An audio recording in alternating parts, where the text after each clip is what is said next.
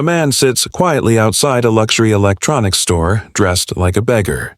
A proud manager mocks and records him, unaware she's filming the moment that will destroy her career and shake the corporate world forever. The morning rush was loud outside the luxury electronics store, and Diana Wilson stood at the glass door, checking her reflection one last time.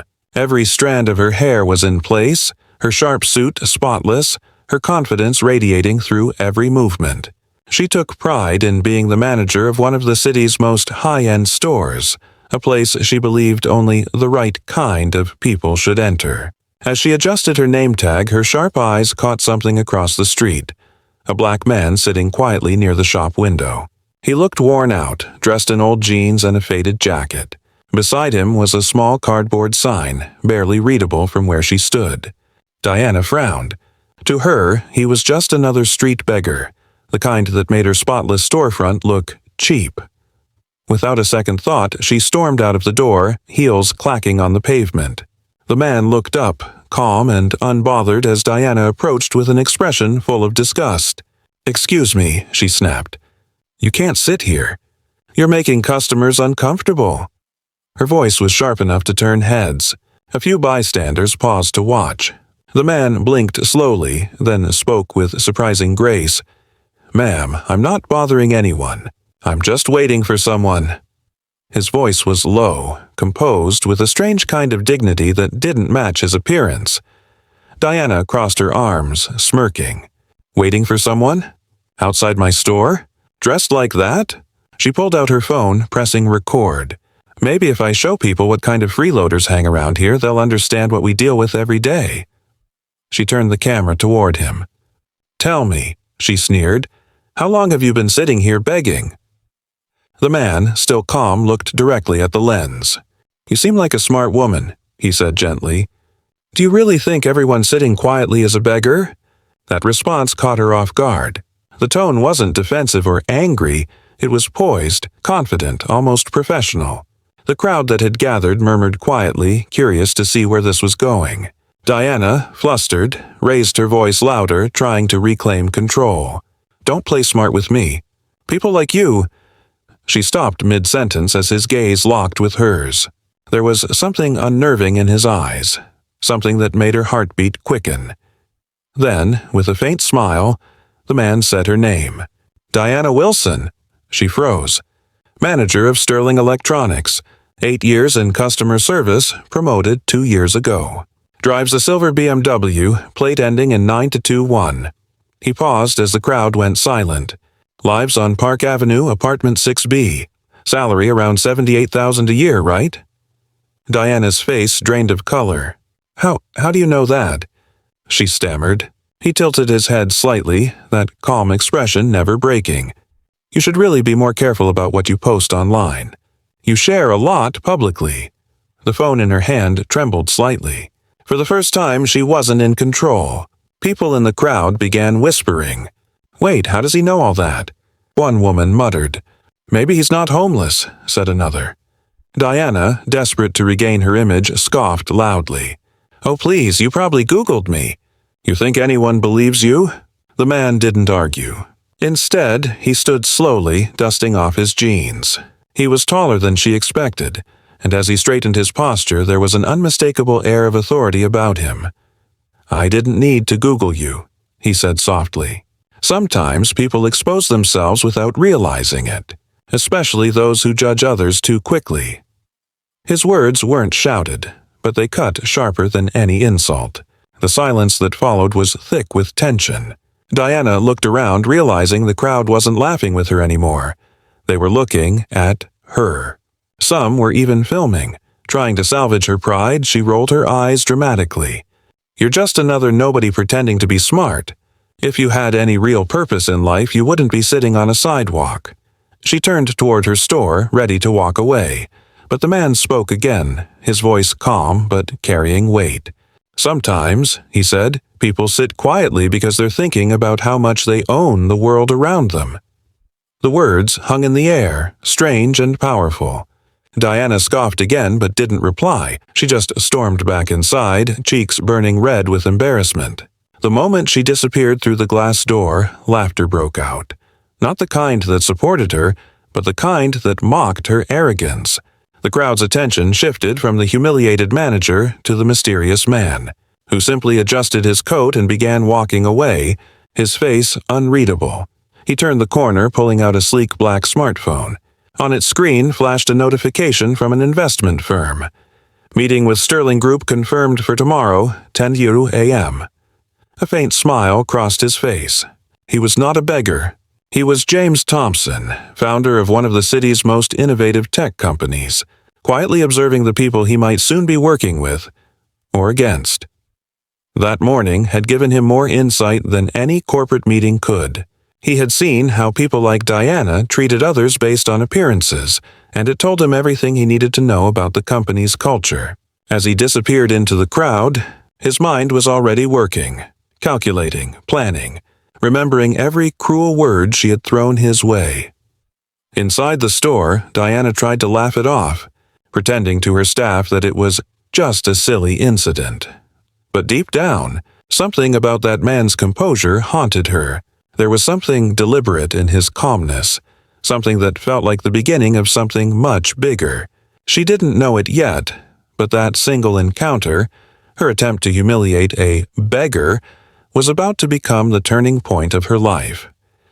Outside, James looked back once more at the glass window reflecting Diana's proud posture inside. He smiled faintly. "Let's see how she handles the truth," he whispered to himself, before walking away into the city crowd, his quiet revenge already unfolding in his mind. The next morning, the city woke up to a new viral sensation. Diana Wilson's video of her shouting at a homeless man had exploded across social media overnight. Hundreds of thousands of people had watched her mocking tone, her condescending smirk, and her triumphant pose at the end. But instead of shame, Diana felt proud. She sat in her office with a coffee in hand, scrolling through comments that praised her for protecting her business and keeping the place clean. The dopamine of online attention filled her veins like victory. She had no idea the storm that was about to come. Across town, in a quiet cafe with soft jazz playing in the background, James Thompson sat in a corner booth, typing away on a sleek laptop. To the other customers, he looked like just another early riser checking emails. But behind that calm posture was the mind of a tech visionary. The man the world thought was a beggar was, in truth, the CEO of TechFlow Solutions, a multi-million-dollar software company that had been revolutionizing data systems for global corporations. He had built his empire silently, choosing to live privately and observe the world through his own lens. The woman who had mocked him publicly had no idea that she had humiliated one of the wealthiest and most strategic men in the city. His business partner, Alex Carter, approached with 2 mugs of coffee and a grin. "You've seen the video, right?" he said as he slid into the seat across from him. James gave a quiet nod. "It's everywhere. She's the talk of the internet." Alex chuckled, half amused, half angry. "She thinks she embarrassed a beggar. I can't decide if it's funny or sad." James smirked faintly.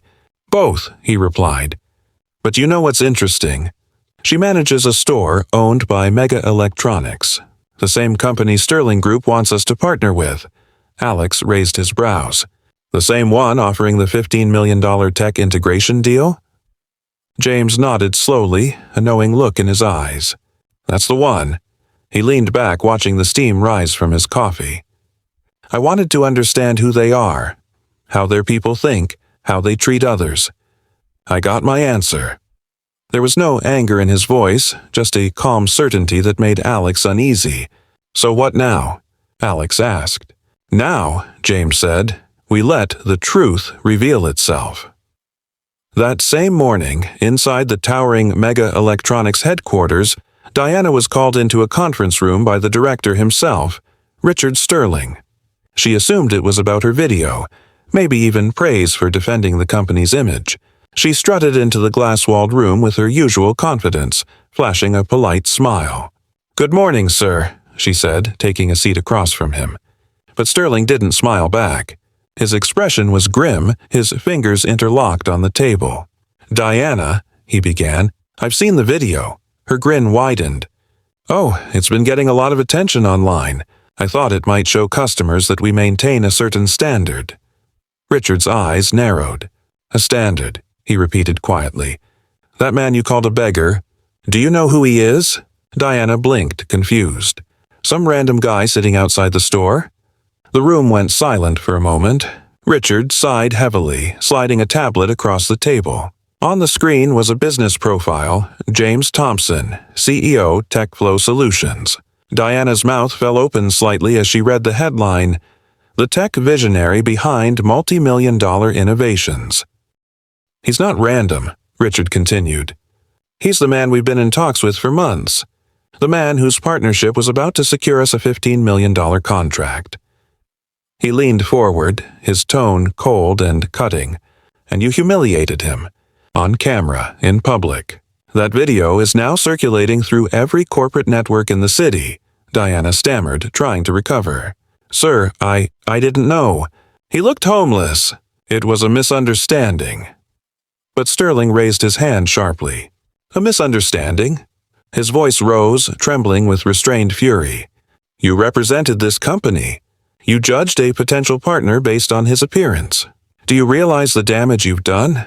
Before she could answer, another executive stepped into the room, holding a folder. Sir, there's more, he said. We've reviewed her social media activity. Multiple posts, racist remarks, discriminatory jokes, and customer complaints.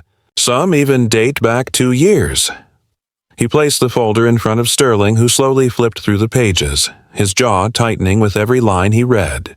Diana's heart pounded in her chest as her entire world began collapsing in slow motion. Sterling closed the folder. Effective immediately, you are terminated, he said firmly. Security will escort you out. You'll receive a notice regarding legal action for brand damage. Diana's face drained of color. Please, sir, I can explain, she whispered, but he had already turned away. 2 security guards entered, and within minutes, the woman who had strutted into the room full of confidence was walking out with trembling hands, her name tag clutched like a fading symbol of power. Outside the building, reporters had already gathered. Someone had leaked the story, and flashes exploded in her face as questions flew. Miss Wilson, how do you respond to the news that you insulted a millionaire? Do you think you're racist? Did you know he owned TechFlow? She pushed past them, face pale, tears forming behind her sunglasses. Meanwhile, across the city, James sat quietly in his office, watching the news unfold on a muted screen. Alex stood beside him, a mix of satisfaction and disbelief on his face. She's done, he said. Completely finished. James nodded, his expression unreadable. I didn't have to lift a finger, he said softly. The truth took care of it, but he wasn't smiling. There was no joy in her downfall, only a deeper realization. Diana wasn't the problem, he murmured. She's just a symptom. The system that made her believe she was better than others. That's what I need to face. His silence turned into strategy, his calm shifting into purpose. He picked up his phone and dialed a number. Patricia, he said when the line connected. I think it's time we start something bigger. As he hung up, the camera of his mind turned toward a wider battlefield. One not just about revenge, but about change. What began as humiliation was now evolving into a calculated fight against the very foundation of prejudice. And for the first time, James Thompson wasn't just a quiet observer in the crowd. He was about to become the storm. After losing her job, Diana Wilson vanished from public view for a few days, but the silence didn't last. Soon, her voice returned to the internet, loud, bitter, and desperate. She flooded her social media with angry posts claiming she had been set up, that James Thompson had pretended to be homeless just to ruin her life. Each video she posted grew more frantic, her eyes tired, her words tangled with resentment. He tricked me, she said to her phone camera, trembling. He dressed like that on purpose. How was I supposed to know he was rich? Her followers dropped day by day, but she didn't stop. She wanted the world to believe she was the victim. What she didn't know was that every post, every hateful comment, every accusation she made was quietly being documented, every word adding strength to a storm she couldn't see coming. James Thompson watched her meltdown unfold from the quiet of his office. His company, TechFlow Solutions, continued to grow despite the chaos swirling online. But his focus had shifted beyond his business now. Sitting across from him was Patricia Washington, one of the most respected civil rights lawyers in the country. She was sharp, precise, and fearless, exactly the kind of mind James needed. She looked over the file he had given her, her brow furrowed in disbelief. "So this woman wasn't just rude," Patricia said. "She was part of a culture that's built on quiet prejudice. The way she treated you, how easily she assumed you didn't belong, it's a symptom of something bigger." James nodded, his tone calm but heavy. "That's exactly what I want to expose. It's not just about her. It's about every company that hides behind polished words while judging people who don't fit their idea of success." Patricia leaned back in her chair, thinking. "You want to test it, don't you?" she asked. "Show how deep it goes?" James smiled faintly. "Exactly." Within a week, Patricia and James had designed a plan. They took a proposal that TechFlow had once presented under James's name, a project that had been rejected by several corporations, and repackaged it under a new company identity. This time, the face of the company wasn't James. It was a white representative, one of Patricia's volunteers, clean-cut, polished, and articulate, with a new name and background created for the test. The proposals were identical. Same data, same language, same technology, only the name and face had changed. The first test went to a finance firm that had previously ignored James's emails. Within 2 days, the white representative received a response. "We're impressed by your work and would love to schedule a meeting." Patricia and James exchanged a silent glance. They didn't celebrate. They simply noted it down and moved to the next. The same proposal, the same method. Every time, under James's name, silence. Under the white representative's name, instant enthusiasm, glowing replies, and invitations to partnership. By the end of the month, they had gathered undeniable proof, an entire stack of rejections and approvals that told a story no one could deny. Patricia began digging deeper. She traced email chains from corporate HR departments, internal memos, and private correspondence that revealed a pattern of bias hidden under polite professionalism. "We prefer a different image," one executive had written when rejecting TechFlow under James's name. Another wrote, "We're looking for a leadership profile that fits our brand identity." The words were coded, but the meaning was clear. Discrimination wasn't loud. It was quiet, structured, and dressed in corporate language. Patricia compiled everything: recordings, emails, and transcripts of meetings. Piece by piece, she built a mountain of evidence that would shake boardrooms and courtrooms alike. Meanwhile, Diana's obsession with James only deepened. She spent nights scrolling through articles about him, commenting under different accounts, creating fake pages to accuse him of ruining her career. She made videos filled with twisted theories, claiming James wasn't even real, that he was part of some government plot to destroy successful women. She tagged journalists, lawyers, even TechFlow's clients trying to spread her narrative. But what she didn't realize was that Patricia had already instructed her legal team to monitor every post. Each accusation, each piece of defamation, was being added to an expanding file, one that would soon become part of a larger public case. James never responded to any of her attacks. He remained silent, watching her spiral while focusing on his plan. "She's digging her own grave," Patricia said one afternoon as she closed her laptop. "But we're going to make sure the world sees the system behind her, not just her." James nodded thoughtfully. "It's not revenge I want," he said quietly. "It's awareness. I want people to see how easy it is to judge a man not by his ideas, but by his skin." Weeks passed, and the evidence grew. TechFlow's hidden camera tests had exposed discrimination in multiple companies, law firms, retail chains, and even government contractors. Patricia's office looked like a war room. Walls covered with documents, color-coded charts, and timelines connecting every case of bias. She stared at it one evening, exhausted but proud. "We have enough to change laws," she said. "We just need the right moment to release it." James walked to the window, staring at the skyline glowing with city lights. Down there were hundreds of offices filled with people who still believed success was tied to color. He clenched his jaw slightly, not out of anger but resolve. "Then let's give them a moment they'll never forget," he said softly. Patricia nodded, already opening her calendar. "Press conference?" she asked. "No," James replied. "Something bigger." By the next morning, their plan was in motion. Invitations were being sent to major news outlets, government agencies, and civil rights organizations under the title The Exposure Project. The event promised to reveal groundbreaking evidence of systemic discrimination in corporate America. As the day approached, whispers spread through boardrooms and newsrooms alike. Executives grew nervous. Some tried to delete old emails. Others called lawyers. But it was too late. The setup was complete. And as Patricia looked over the final presentation slides that night, she glanced at James, who was sitting quietly beside her, eyes focused but calm. "Are you ready?" she asked. He smiled faintly, that same patient smile he'd worn the day he walked away from Diana's store. "I've been ready since the day she pointed that camera at me," he said. "Now the world will finally see what she never could." The morning of the conference arrived with a storm of cameras and whispers.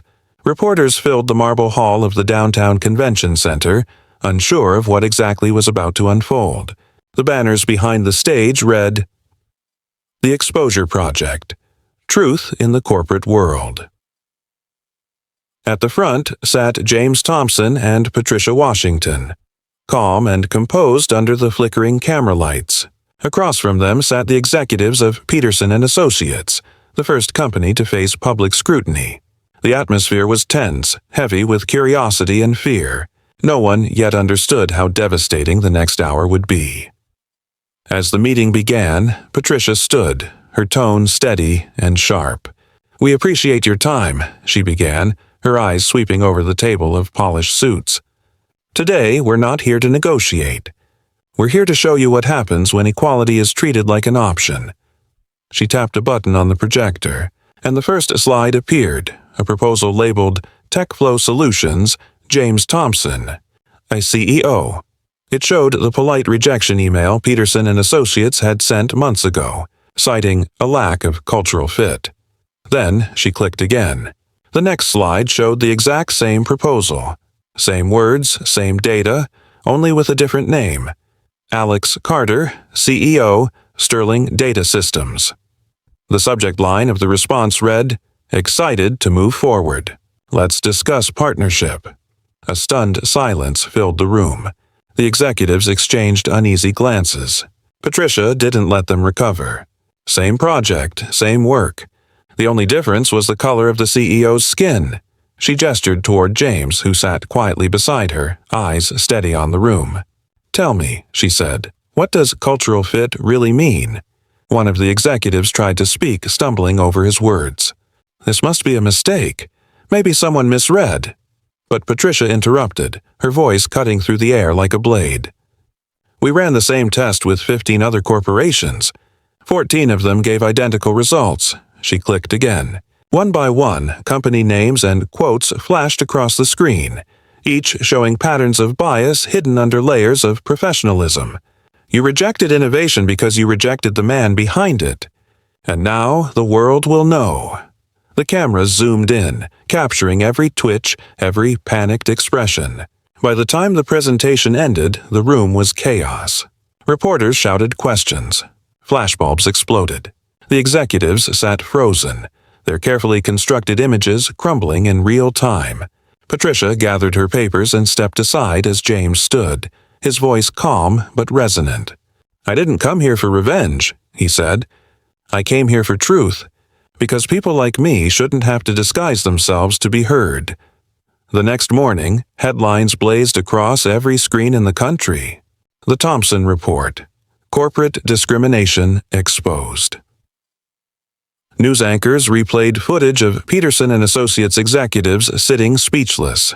Investigations launched overnight. Within days, multiple CEOs resigned. Stock prices tumbled. The Department of Justice announced an official inquiry into discriminatory corporate practices. What began as one viral video had grown into a nationwide reckoning. The name James Thompson became synonymous with justice. While James's name rose, Diana Wilson's sank deeper into darkness. She had continued her online tirades, posting videos and articles accusing James of manipulating the system. But now, every word turned against her. Patricia's legal team filed a defamation and harassment lawsuit, and the court ruled swiftly. The evidence was overwhelming. Hundreds of hateful posts, false claims, and threats. The verdict was brutal. Diana was ordered to pay damages she could never afford. Her accounts were suspended. Her landlord evicted her after she fell behind on rent. The woman who once strutted with pride through luxury stores now packed her belongings into cardboard boxes in silence. On the day her final appeal was denied, she sat in a dim apartment scrolling through the news. James Thompson's face filled every channel. He was standing at a podium, surrounded by flashing cameras and young students. His voice carried the calm power of someone who had transformed pain into purpose. "I'm proud to announce the launch of the Thompson Institute for Technological Justice," he said. "This institute will provide education, mentorship, and funding to underprivileged youth who dream of changing the world through technology. Because brilliance has no color, and potential has no dress code." The crowd erupted in applause. He continued, his words slow and deliberate. "Years ago, someone pointed a camera at me to humiliate me. But she didn't realize she was recording the beginning of a revolution. Today, that video is no longer about shame. It's about change." His voice softened as he added, "Prejudice might silence a person for a moment, but truth gives them a voice that echoes forever." The moment was broadcast live. Across the country, people watched in awe. Students quoted him, journalists praised him, and activists cited his case as a turning point. The Thompson Report became a legal benchmark in discrimination cases. Companies rushed to revise their diversity policies, not out of guilt, but out of necessity. The world was changing, and James Thompson had become the symbol of that change. As the years passed, his story continued to inspire. The institute grew into a national foundation, producing some of the brightest minds in tech. Each year, James visited schools and universities, speaking about resilience, equality, and the power of calm strength. "Change doesn't start in courtrooms," he told students. "It starts in how we choose to see each other." Meanwhile, Diana faded into obscurity. She moved from city to city, working small jobs trying to escape the shadow of her past. Sometimes she caught glimpses of James on TV or heard his name mentioned on the radio. Every time, a mix of regret and disbelief twisted inside her. She would turn the channel quickly, unable to face the man she had once mocked, but James never mentioned her name again. He didn't need to. Her story was already written in the lesson she had unknowingly helped create. In the end, she had filmed a moment of cruelty, but the world had turned it into a story of awakening. James often said in interviews, "I don't hate what happened to me. Without that moment, I wouldn't have seen how deep the problem was. And without her, I wouldn't have found my purpose." Those words defined his legacy. A man who turned humiliation into hope, who transformed prejudice into progress. And though the world moved on, the final line of his first speech remained etched in history. She thought she was filming a beggar's humiliation, but she recorded the birth of a revolution.